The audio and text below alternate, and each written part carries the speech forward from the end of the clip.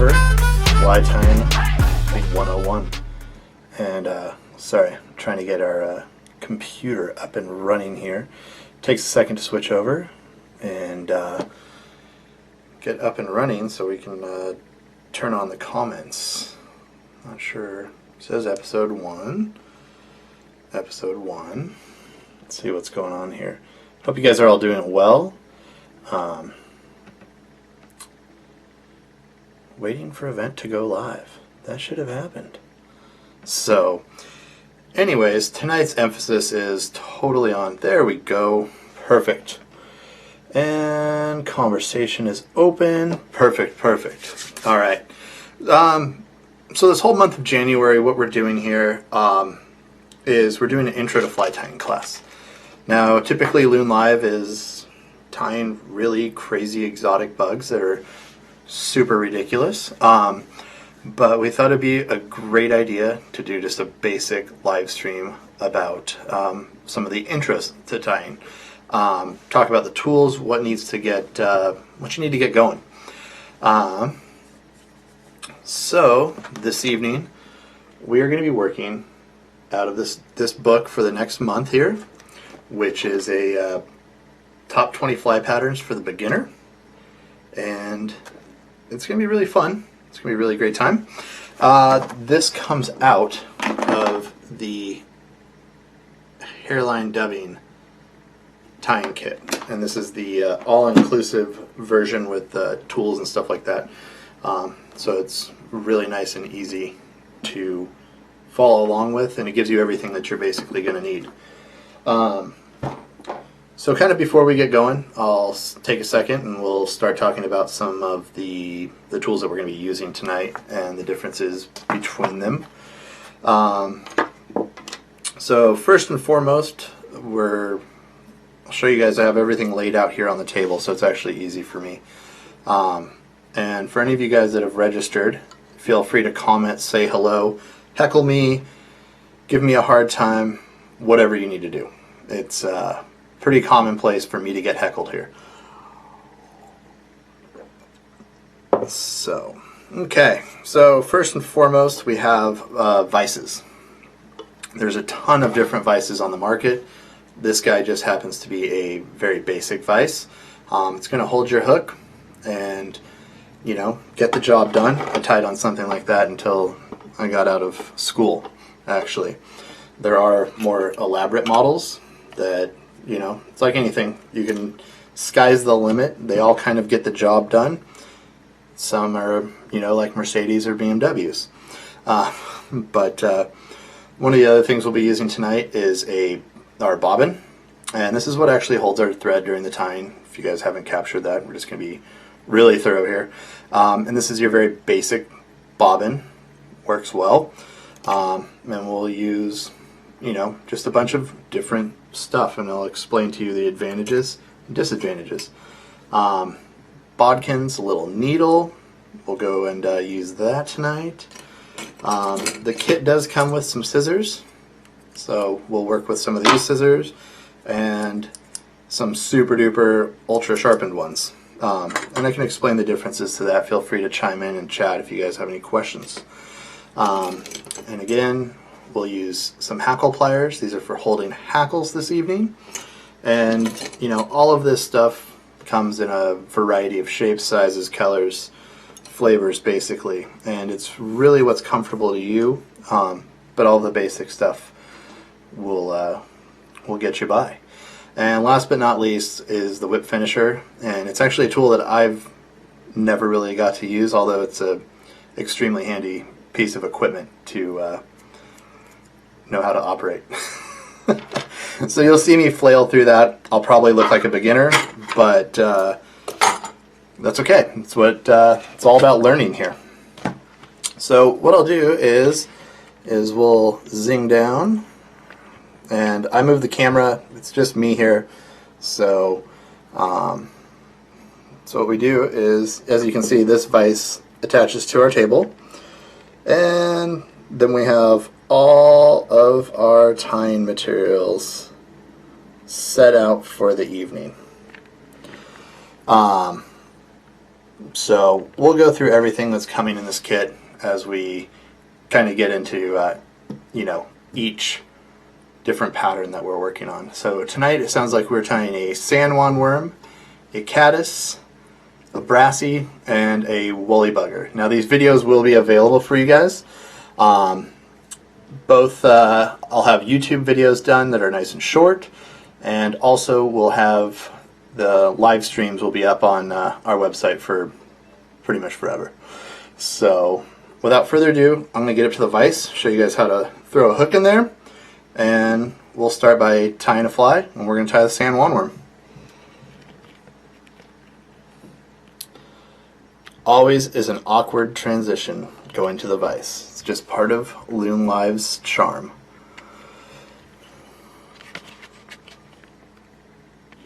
Oops.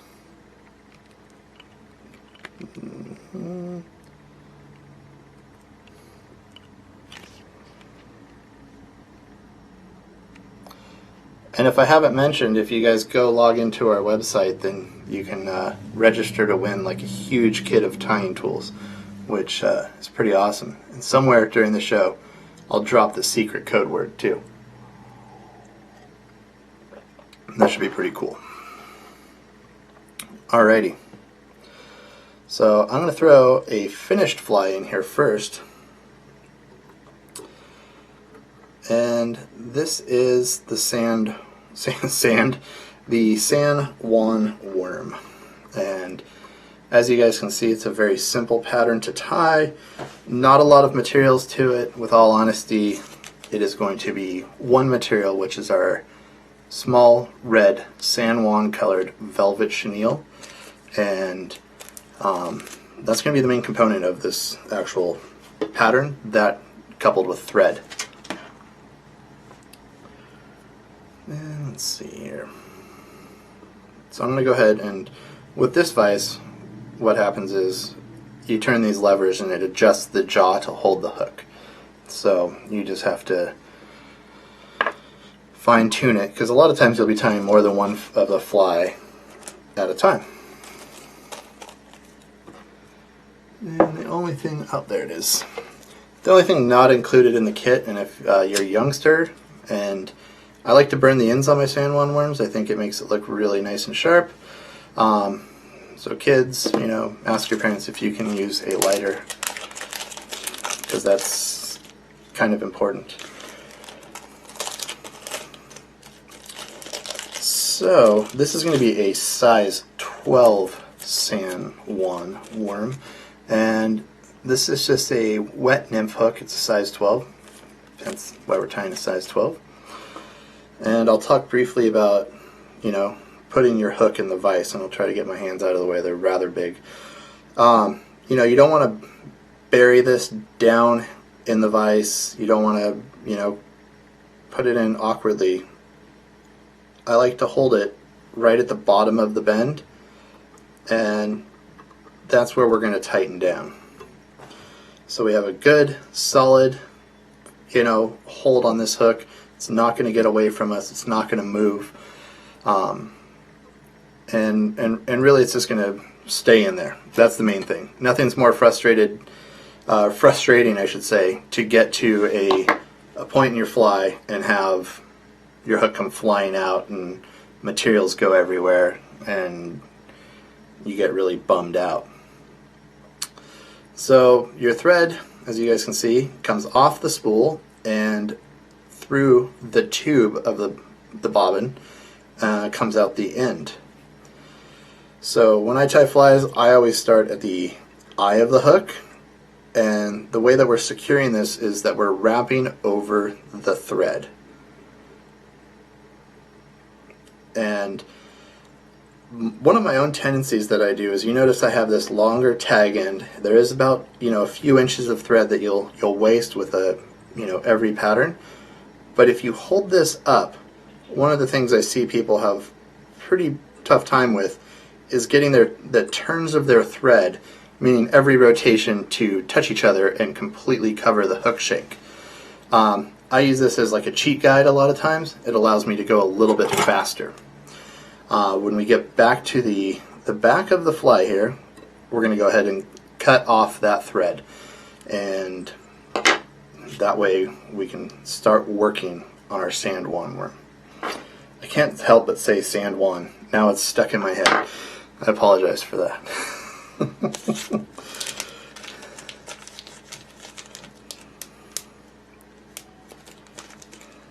Okay. So what I do is I take, 2, 2 1/4, 2 1/2 inches, whatever you feel happy with, and that's going to be our worm pattern. That's the main body. Worms are in every river system, and trout eat them. It's a great searching pattern. It's a great general fly fishing pattern. And what we'll do is we'll just kind of position this on the middle, and you'll notice that I've moved my thread back up, and it's just about even with that hook shank, and this is going to be our first attachment point for this fly. So what you'll want to do is set your velvet chenille on top here, and you're going to take a turn, which is just a wrap over the top, and that's where you want your materials to sit. If you pull too hard, your materials can tend to rotate, and that's not what we're after. So I'll do 2 or 3 turns here, and you'll notice a small segment or detent in the actual chenille, and that's fine. That's very common with this pattern. And then we're going to go ahead and keep the turns one on top of each other, and we're going to move forward with the fly. So this might not last, we gave it a generalization based on questions and stuff like that, as far as the time frame, but if we don't go till 9, I hope nobody's offended. And I drink lots of coffee, so I apologize. So what I've done is I'll just move my thread forward till they're, is about the same that I left on the back end here, and I'll pull that chenille right over the top, hold it in place, and I'll put in 1 securing turn. And again, a few wraps is going to get us to secure that. So now no matter what I do, this chenille is very well adhered to this hook, and you're going to have a really good durable fly.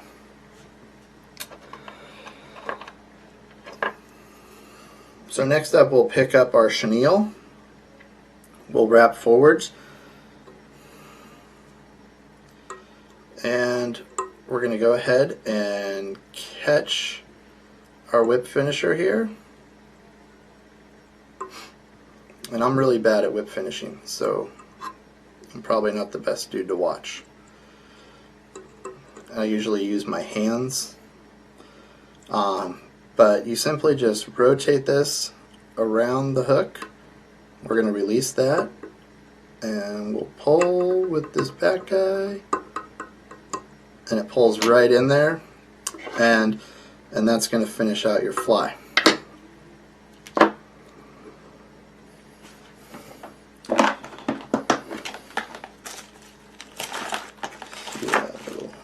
And there it is. So once you've got to this point and you've terminated your thread, and I'll show you guys a few other techniques tonight as well, in case you don't have a whip finisher and stuff like that on the next few patterns. So last step is you want to finish your fly, and I'm going to use one of our Loon water-based head cements. It's nice and thin, penetrates down inside of that thread, and basically glues your knot together.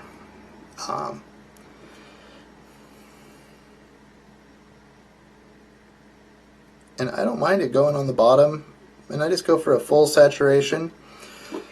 Now say if you were not minding perfectly what you were doing, then you might get some glue in the eye of your pattern, and you can use your bodkin to clear that out, because it's very frustrating to get to the river and have, your fly have the eye closed up and unable to attach that to the end of your line.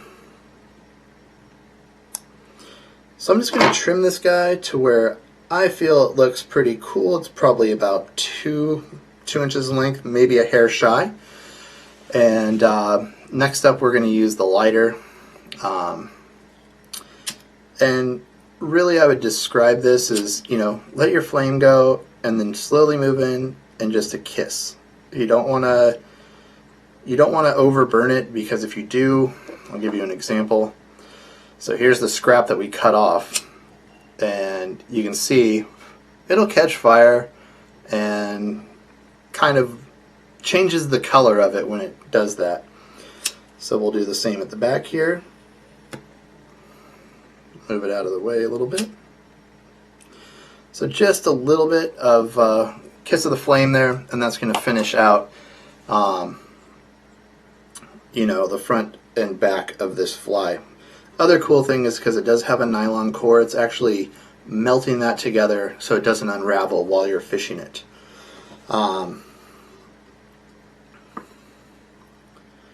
Depending on the waters that you fish, really good practice too is to, if they're fishing flies, is to debarb your hook. It'll actually save your fly box quite a bit, from ripping all the foam out, and you won't get stopped by the warden and have him go, hey, wait a second, your fly's not debarbed, or whatever it might be.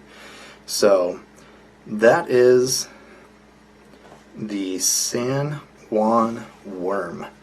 If you guys have any questions, feel free to comment.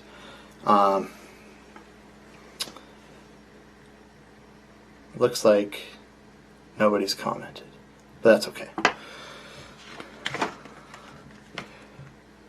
Beautiful thing is, nobody knows who anybody is, so we can all be, well, some people are rude, but we hope not. Alrighty. So the next, that's the one. Next pattern up this evening is we're going to tie a size 14 Brassie. And I'll see if I can't get in a little bit tighter. Sometimes it gets a little grainy, but we'll see what we can stream. And again, this is a pretty simplistic pattern. The only advanced feature that we're tying here in is we're going to be using a wire body. And some people have some issues tying with wire bodies. I'll give you a few tricks and tips. So the material list for this fly is you can tie these any size that you want, but tonight we're going to be using a size 14 nymph hook. And nymph hooks, typically are a little bit heavier duty and have a different eye configuration than dry fly hooks, from what I see. So we have the hook. We're going to be using a copper wire. And this one happens to be a fine or a medium copper wire. And also for the front of the fly, we're going to be using some strung peacock hurdle. It's small.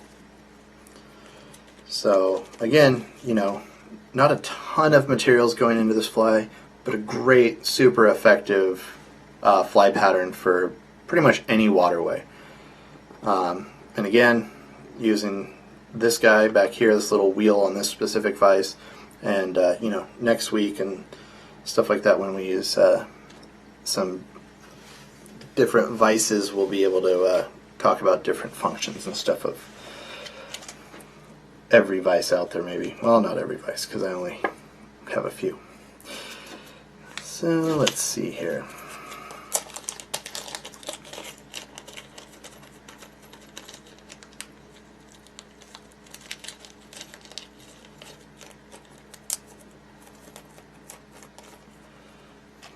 Okay.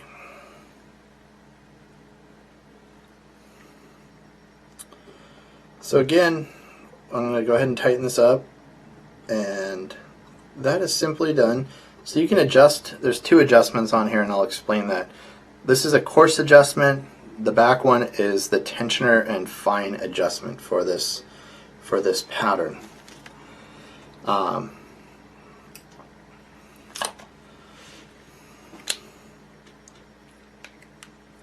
and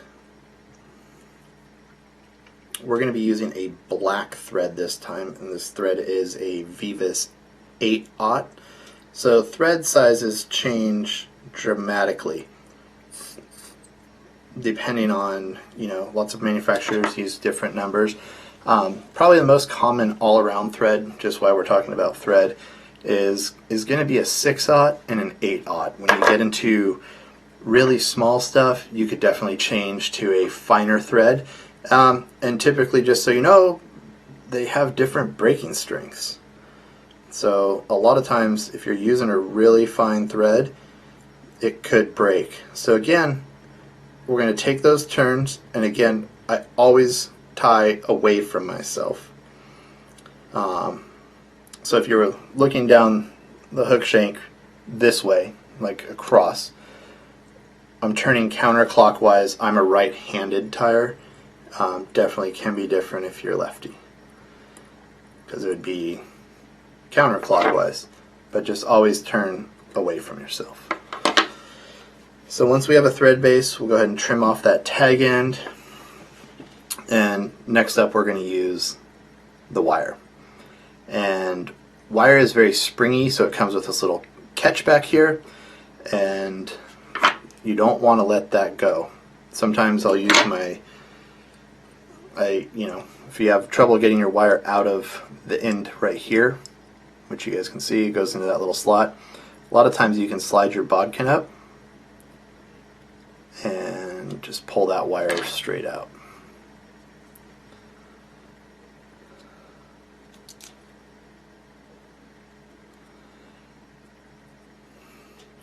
And I'm going to take off about 6 to 6.5 inches of wire here.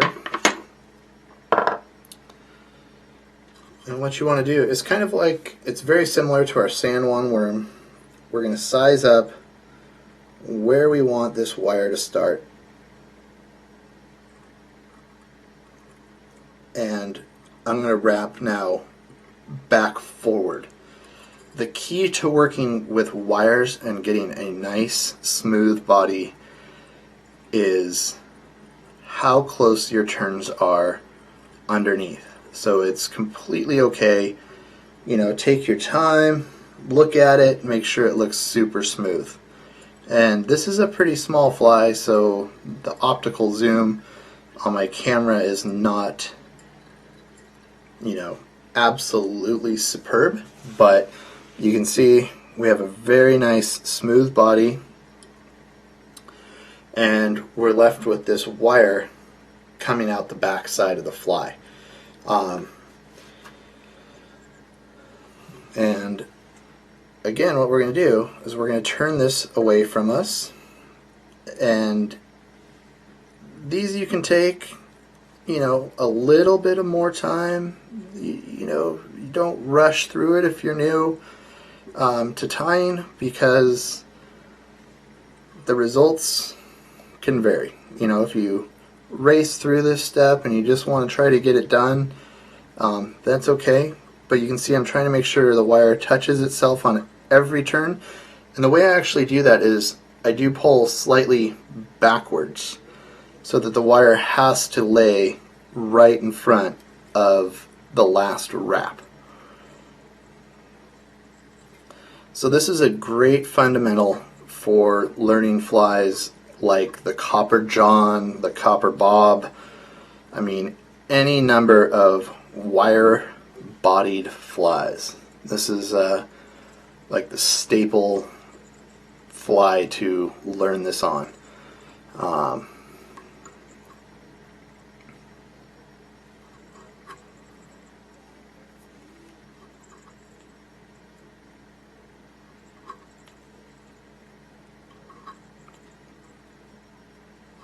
So you can see I take my time. We have a nice, smooth, consecutive wrapped body. And when we get up to the front here, I'm just going to keep wrapping. Once I get right up here in the front, I'll go ahead and I pull the thread back up over the wire, and I maintain a little bit of tension, and then I do what I call a securing wrap. And I don't mind, I'll go right back over the top of the wire, because we're going to put in our next material, which is going to be the peacock, and that way we'll have a nice base to work down towards the head of our fly. Now, your first theory is probably to come in and cut this, chop it off, and that's great and all. All these scissors are made of pretty nice quality, steel, and it'll probably take quite a few cuts until they don't. So, like I said, sharp scissors are of utmost importance. So what I do is I do what it's called a helicopter, spins around, and that'll actually help to pull your wire off. And it's gonna break. It's just a copper wire, so it's pretty malleable. It's a soft metal. It will break off.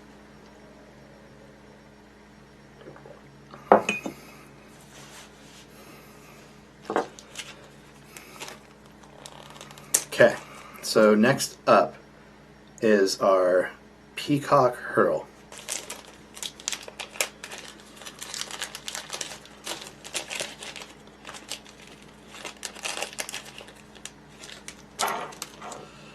And what you kind of want to do is, they're all pretty much the same, but if you find one that's like extra plump or really exciting or looks the best to you, pick that one. It's a natural product, so not every single fiber on the animal will be exactly the same.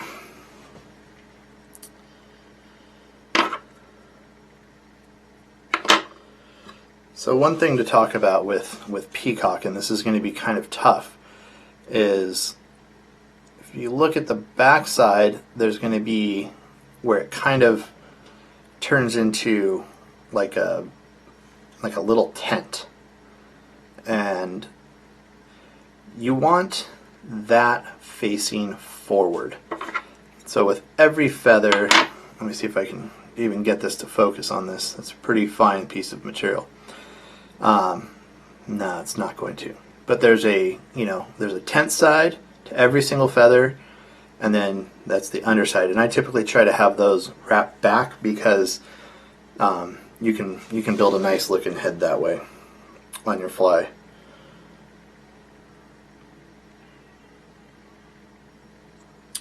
So what I did is I prepared this feather. I just trimmed it nice and clean.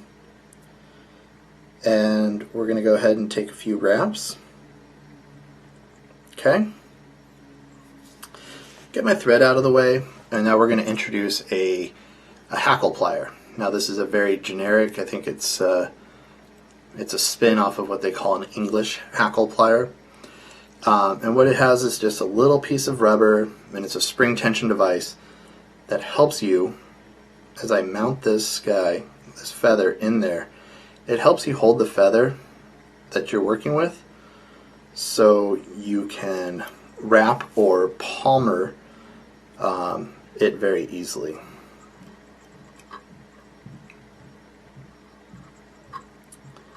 And you can see, just take your time. They're pretty delicate.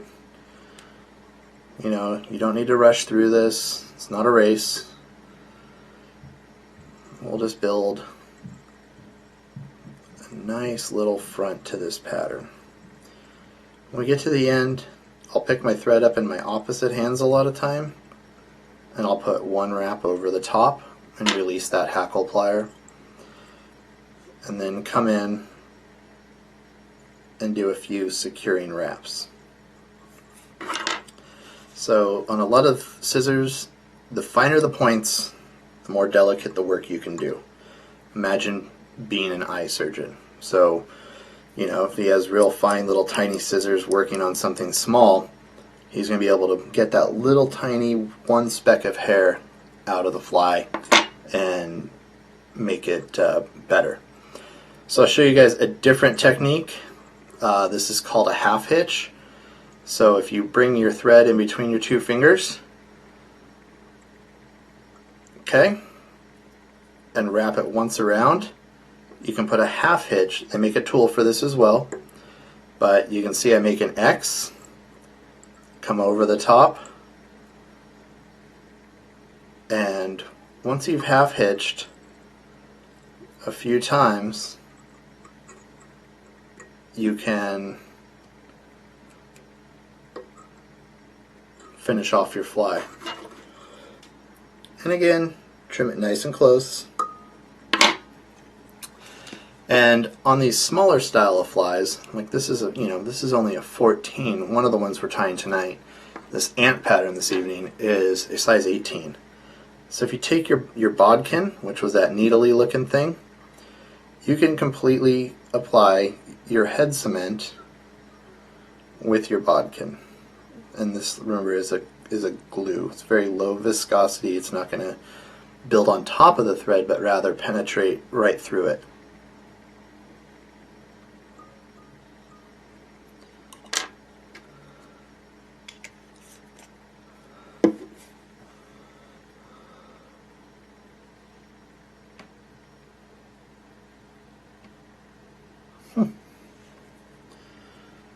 Alrighty, and a lot of times once you've got to this step, and I'll see if we can't bring this guy a little bit closer, but you can see what the whole pattern looks like. Apologize, I've been dyeing or staining wood today, so you can see it's a very small pattern, but you can see those touching turns, and that's on the end of my finger right there, so you can see it's a very small fly.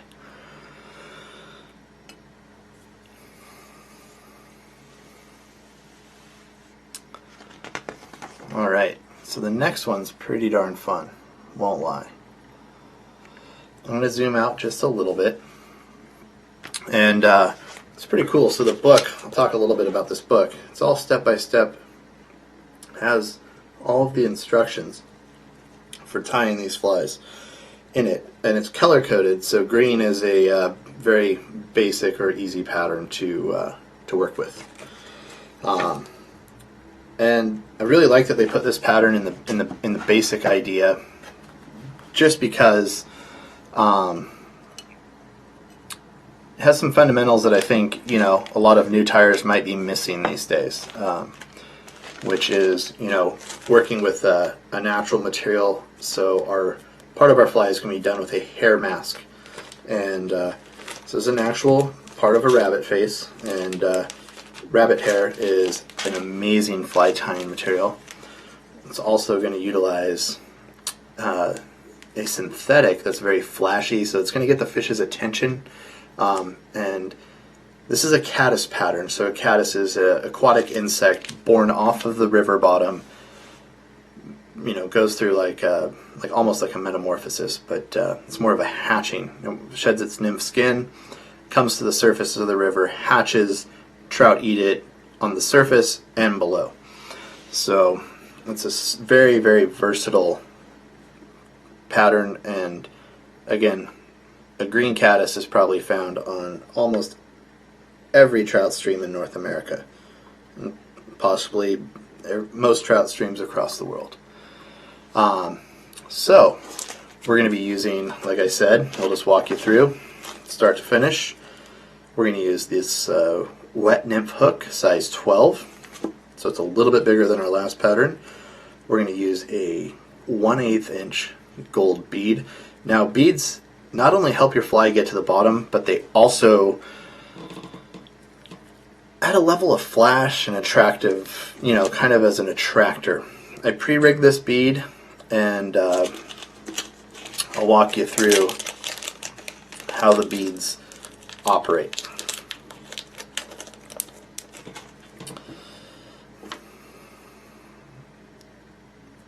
So if we look at the back side of this bead, we'll see if we can get it to focus, you can see there's a very large hole, and when I flip her over, there is a much smaller hole that you almost can't see right now, just the tip of this bodkin's fitting through there. You always want to slide the small hole up over the hook shank first, and have that be the forward portion. Later down the road, as you progress in fly tying, or get more creative, you can oppose them and do stuff. But 90% of the time, the small portion goes up front, and that actually is what helps you keep the bead on the hook. So it goes right up against the eye of the hook there, and it allows you some space behind to hide thread wraps when you finish your fly. So they're pretty darn well thought out. And again, we're going to be using one of the 2 staple threads, which is an 8/0 in black. So really not a lot of difference when you tie a fly with a bead or without on the way that you start it. I have my little tag end, I wrap away from me, and progressively work my way backwards.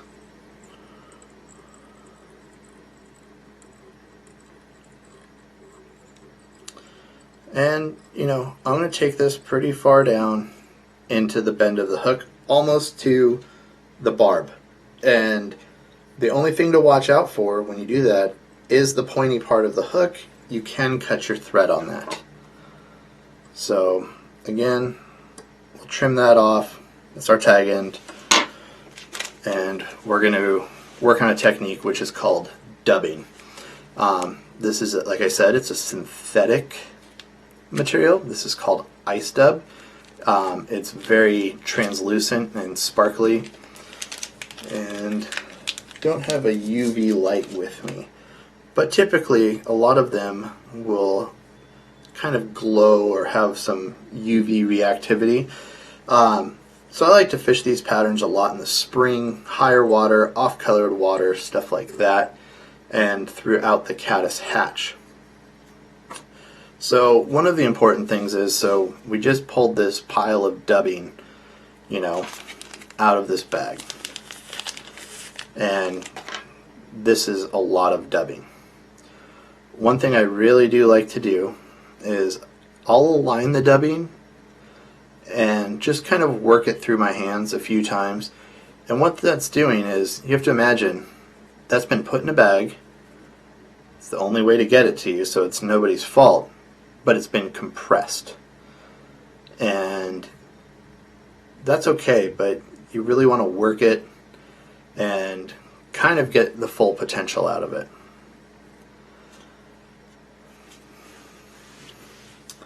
So once we've done that, I'll pull. So say when you're tying, you're right in here in this zone, okay? And when you need to dub, what you'll do is you'll pull some thread out. So now we'll hold that there. So you can see I have my threads back here, back towards me. We have about a few inches to, it could be longer. And what I like to do is I'll set my dubbing on my fingers, okay? And I'll push forward, and with my other hand I'll kind of roll it. And that's going to help us form, guys call it a dubbing noodle, or you just really want to twist it one way the whole time. There are waxes, there are a ton of different stuff, and some materials can really benefit from being waxed. Others you don't need to, but we're just going to go ahead and make this dubbing noodle. So you can see it's just a big long strand of dubbing. Now instead of being in nice and tight, our wraps are going to change slightly. And just like wrapping thread, we want those turns to touch, and we're just going to start creating a body and kind of compressing this material in. And a lot of bug bodies have a taper to them. Now, sometimes your dubbing will get a little bit loosened up on there. That's okay. You can go back in and work with it again. So you want to imagine just like a really elongated cone. And that's a pretty good profile theory for most of our aquatic insects. So let's say we get up here and we don't need all of this extra dubbing. You can kind of just pick it back off, put it back down, and go from there. A few securing wraps over it, and now we have a nice tapered body. And I'll zoom in a little. Well, if I zoom in, you guys won't see what we do here with the hare's mask. Cool thing is, if you have this big stack of dubbing left, just push it back in the bag, save it for the next time. You can clean up as good as you'd like. Won't really matter. So now we have this hare's mask, and like I said, it's a natural fiber. You know, if you don't want to work with this, you can get the, you know, it's like a hare's ear dubbing. So you can think these guys' logo is a rabbit, and they're called hairline. So it probably has something solid to do with this guy right here. So what I'll do is I'll set this up here so you guys can kind of see my tactics. So I'm working from an edge, just happens to be right in the center here. And you're going to get a bunch of different stuff going on here, and kind of the same philosophy that I did. There's a ton of different furs on an animal. So there's the under fur, which you saw how small that pinch was that I just took off of there. And now that I've been working it, it's grown exponentially. Like, this is probably enough now to do 4 or 5 flies from just a, you know, little snip of the tip of the scissor. It really really does quite a bit.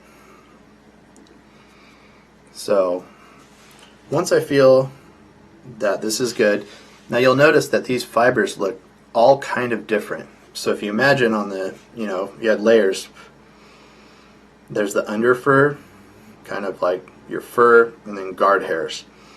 A lot of times I'll pull out those guard hairs because they tend to be very long, and I'll just use the 2 layers of fur when I'm working with a hare's mask. And again, I'm just going to pull out some thread here to do the dubbing,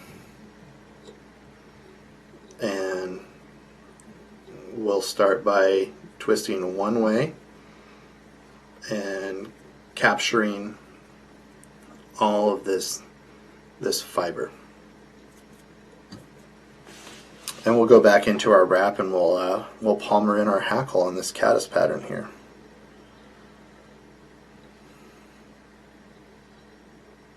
And I'm going to beef this up, so I'll work over the top of itself quite a bit. Don't really get too concerned about it.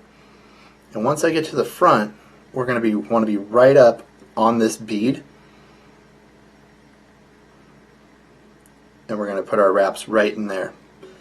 And that's going to secure that for our caddis pattern. And I'll zoom in now so we're not whoop, a little too far. I apologize. Let's see if we can get it to focus. There we go. So you can see, and we can go in and do our half hitches, or you know, you can use the whip finisher, throw a few turns in there and secure it down. And we'll cut nice and tight into the body there. So this is our bodkin. You can see that's a needle. So, you know, say if you wanted to have a little extra bugginess on this pattern here, Now, not all of your material is going to be locked in, so you might have a little bit come off, and that's okay. Not going to hurt anything. So you can see we built kind of this cool fluffy collar. It looks suggestive and overall very fishy.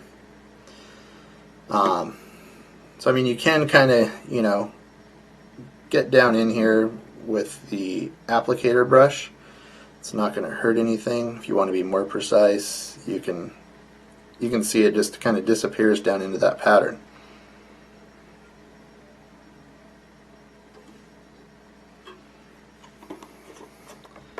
So, and you know, I don't mind if I get a little bit on the hair. It's not going to make a difference in the way the fly fishes, especially, you know, something that a fish might have 3 seconds to, you know, react to.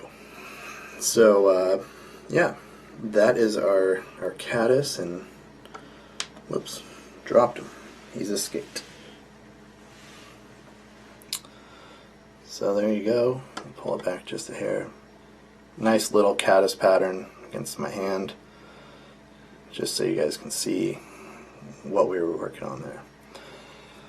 So now, if you guys are paying attention and you log into our website and you enter your email and use the secret word of Snicklefritz, I don't care about the spelling. Actually, I'll probably find it more funny and interesting if it's horribly misspelled, but that's going to be our secret code word this evening. Once again, the secret code word is Snicklefritz.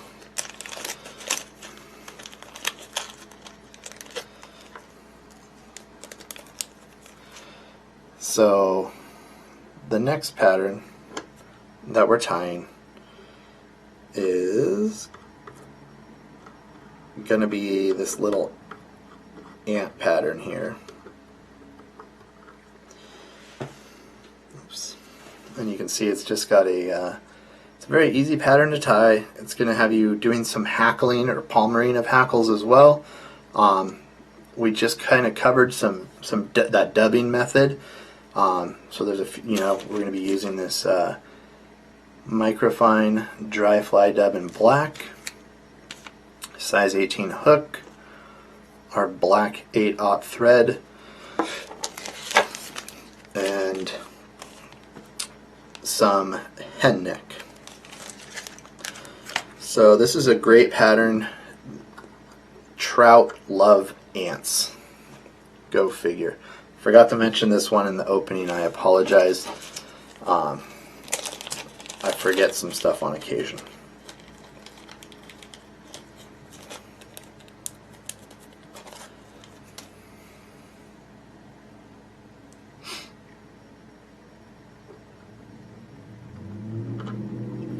So again, even this small little hook, we're able to get that locked in there. And just a note for yourself, if you know you're tying around family and stuff like that, make sure you don't drop hooks, because they're small and pointy and typically get into people's feet or your pup's foot or something. Never fun. Yeah. So once we have our hook in the vise, we'll go ahead and do what we've done with every other pattern this evening, which is starting our thread, working our way backwards,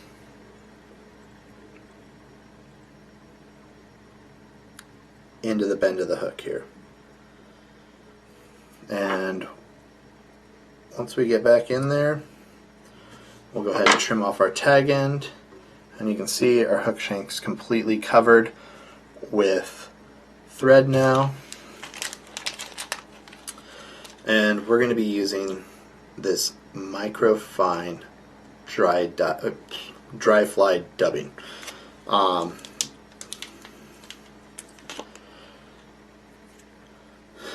So you can see it's kind of it's a very soft material. It's very airy, and again, you know, when it gets out of the package, I'll massage it because they're filling this package up. You can see it's here. I'll pull it back. It's pretty darn full. Cool thing is, you know, I have like, so this is like the kit package that I have here, but a full-size package of like my dry fly stuff for this size fly. I probably bought a bag of black 10 years ago and maybe haven't gone through it all that, you know, much. So this stuff's going to last you a long time, and you know, typically it's, you know, $2 to $3 a pack. So you're going to have great longevity and you know, hundreds and if not 1,000 flies maybe out of a pack. If you're tying the small stuff. If you're tying like huge monsters that are like huge, then you know, you're going to go through more, obviously. So this is going to be a little bit harder to see. You'll just see it kind of against the background. But again, I just have a pinch of dubbing, and I'll go ahead and compress and form my dubbing noodle. And I just lay down a base for this pattern, kind of like we were wrapping forwards, and then I'll go back a little bit.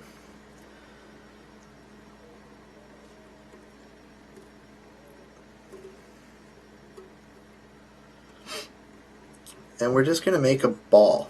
Because if you've seen like a big ant up in the mountains or on a trout stream, it kind of has this ball for a body, front and back, with a skinny center.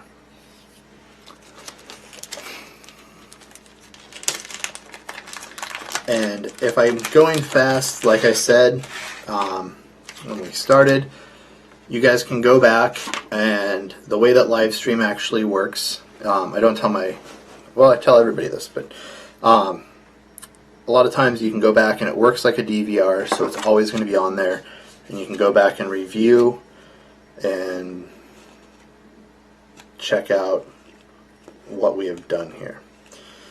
So now this is that hen neck grizzly hackle, and the reason it's called a grizzly is because somebody named these black and white feathers grizzly. I don't really know the science behind it. But for a size 18, we're going to want to get one of these nice little fine guys down here. And the way that I inspect these is I'll actually just kind of lift up, and you'll be able to look through them. You see how they naturally splay out like that? And you'll be able to select, you know, our feather. When I'm done with these, you know, I put them back in the bag and away from your favorite puppy, because dogs love these things. Just to forewarn you guys.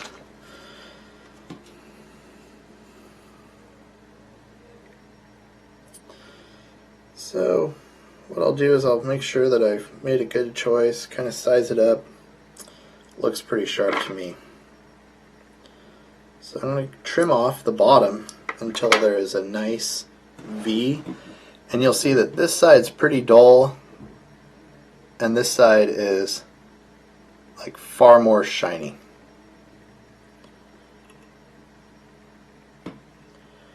I'm going to tie it in.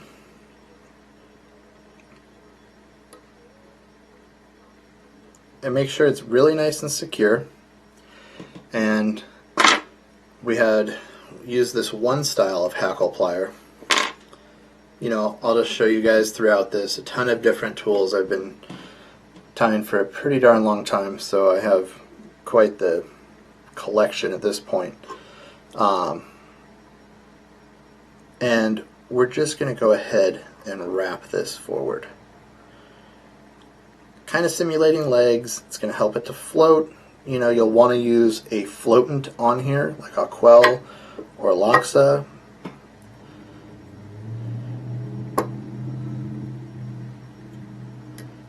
So once we have a good section of hackle,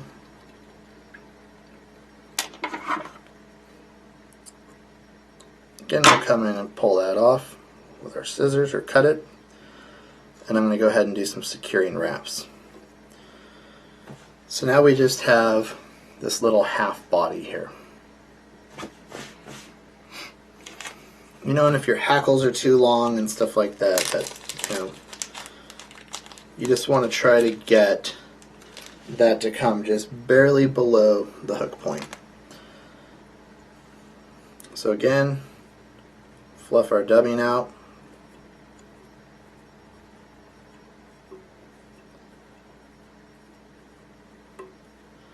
And we'll go ahead and I pull back on those hackle fibers after we've wrapped them. And I'm going to go ahead and just build up that front little ball.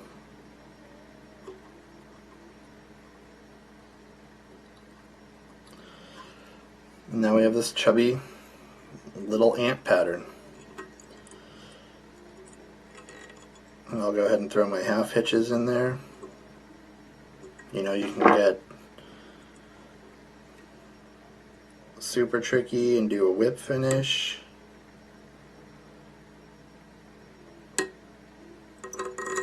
Oops. Oopsie. Broke the thread. That happens. I think I caught it on that little deal there. I wasn't paying attention. And again, for these, you know, these finer flies, I recommend the use of a bodkin. And I'll just kind of saturate in there and get that guy. You know, if you have ants of different sizes in your area, you know, you can change your thoraxes. You can also get different colors of dubbing. Instead of doing black, you can do browns and stuff like that. So you can kind of mix up your patterns there to you know, accommodate your local fishery. Take a look at what what's around you while you're out there is always very recommended.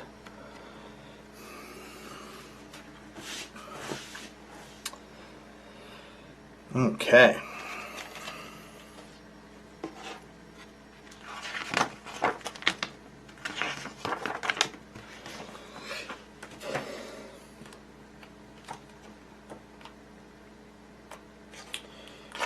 Kind of digging through the book to see what the next pattern. Pretty sure I have everything. Yep.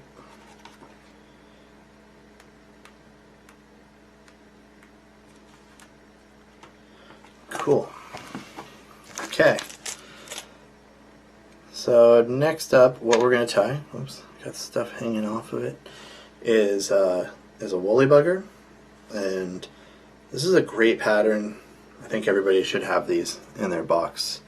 You know, in multiple different colors.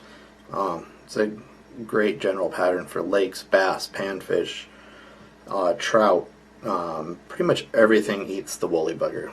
So it's a highly recommended pattern. For this evening, though, we're going to use a streamer hook, a size 6, and this is going to be a unweighted woolly bugger. And when we get to the point where you could or could not put weight on it, I'll explain that to you. So you can see now the hook does not fit, so we have to make a minute adjustment here on our basic vise, and then again lock her in.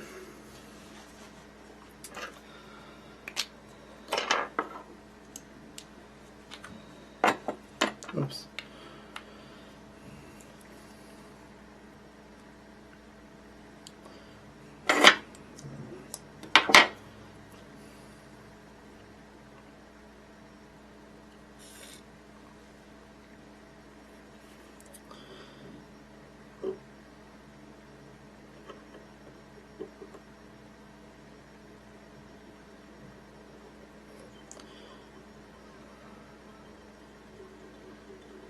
So I'm going to go ahead and wrap down. As you guys can tell, you know, I'm going very quickly here until we're into the bend of the hook, right right about the barb actually is a great point to cease and desist on this guy.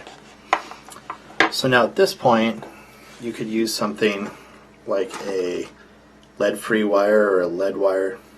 I typically will use the lead-free. And what you do is you wrap it up the body like so. So that's going to be the weight on the fly. Another great variation that's pretty easy to do is to take a bead, and you can slide the bead up and create weight and have a little bit of flash as well on these patterns. And you can, you know, manipulate and really kind of make this your own.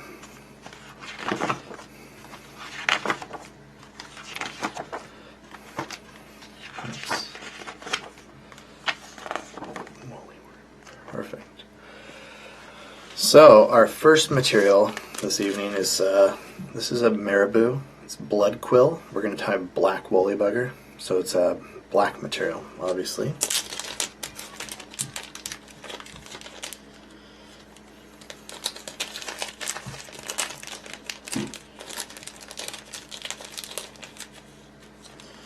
So once we get this open here, you know, you want to kind of look through, and you see how fine see how fine the tips are on that, nice and smooth. That's really what I'm looking for with a lot of these materials. And materials these days are leaps and bounds better than, you know, back in the day. And what I do is I just kind of pull off some of these kind of thrashed looking guys, throw those in the wastebasket. At the base of the fly, there's really, or the feather, there's typically some goofy looking ones. And what I want to do here is I personally just like to trim this. It's a little bit light, so I'm going to hold my hand up there. Just trim that right in the center.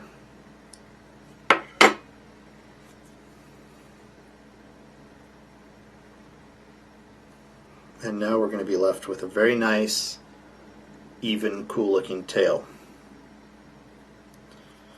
So again, we're going to take a loose wrap and just kind of let that tension hang in there. And I want this body to be really smooth. So a good trick, you can lick your fingers and wet down your marabou. Kind of tames it a little bit, just like hair. And I don't mind that it's rotating and doing all that. Doesn't matter. You can try to get it all on top, whatever makes you happy.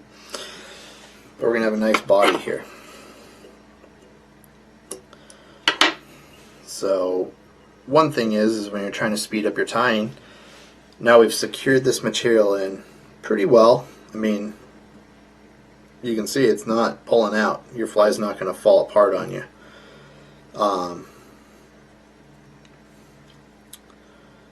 But we're going to use some wire to hold down some of our next steps here.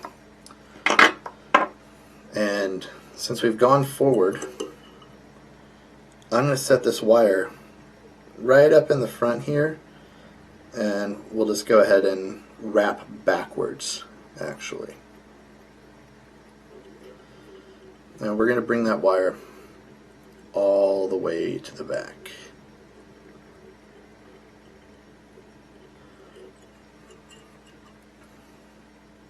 And I just leave it hanging out there.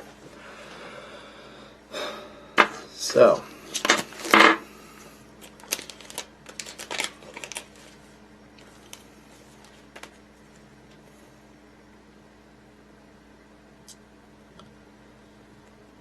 now I don't think most people tie woolly buggers the way I tie them, but nobody taught me to tie woolly buggers, so that's alright. But this is our Chinese strung saddle hackle in black. Like I said, we're tying an all black woolly bugger. And what I'm doing now is at the base of the feather, there's really some fluffy guys. So I go ahead and pull all those off, and I trim a good portion of that saddle off. I switch over to the tip of the feather, and I brush all of those fibers backwards. And I tie in the tip of the feather.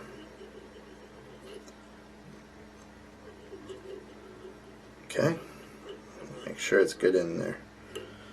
This is my cheat.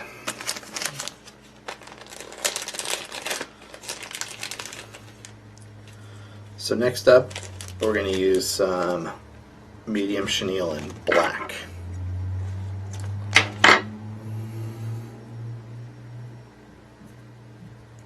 And what I like to do is, it's on a cord in the center that it's twisted around, and you'll see that there's just this little cord. So I'll expose that cord because its profile is so fine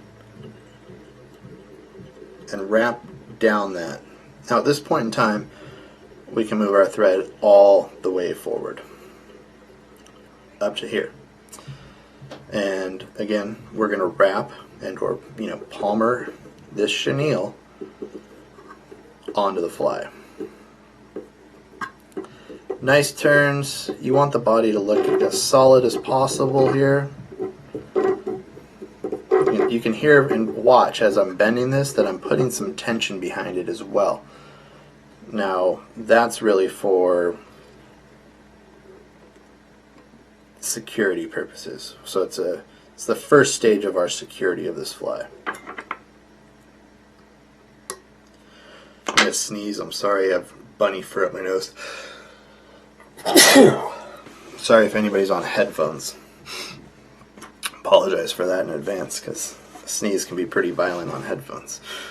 So I'm going to take our hackle pliers and we're going to grab the back side of this hackle and just brush everything backwards.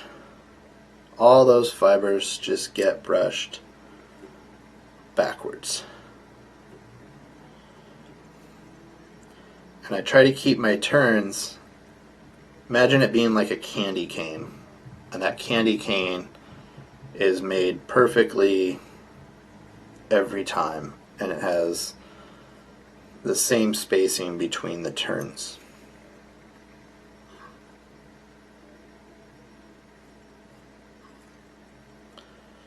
And I'll just brush these fibers backwards. And once I get up front, you can see we have a nice taper that's going to lay down and create a body, and I'll just take one extra little turn up front and I'll bring our thread over like we've done on a lot of our patterns and release that hackle plier. Now the weight of your bobbin should kind of hold this all together here.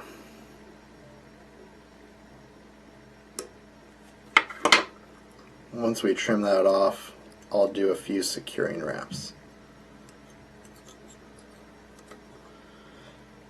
Okay. And next up, I'm just going to wiggle this wire along the same axis, and it's actually crossing. And the wiggling actually frees it from the hackle fibers.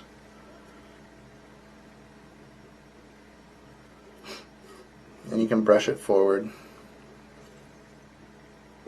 And if it looks a little willy-nilly, it looks great on my side. You guys might look horrible to you guys. The great thing is, though, is no fish can see it from both sides at the same time. And nothing in nature is perfect. I don't care what anybody says. Okay, once we get our wire up front here, again, we'll secure. We'll take a few wraps to make sure, and we'll do our helicopter.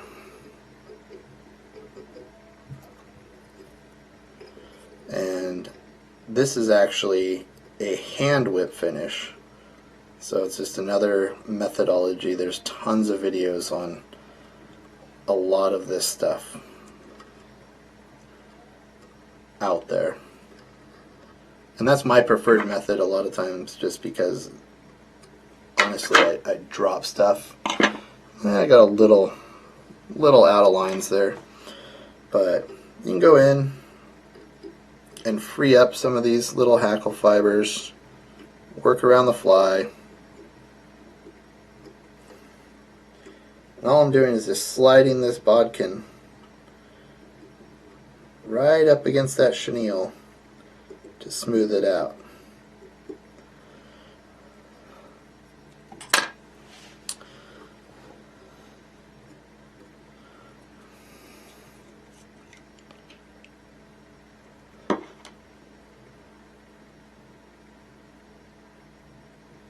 And you can see that head cement just absorbing into the fly. And I'm not shy. I mean, I'll almost go till it won't accept anymore. It looks like it's slowing down when it's accepting of it.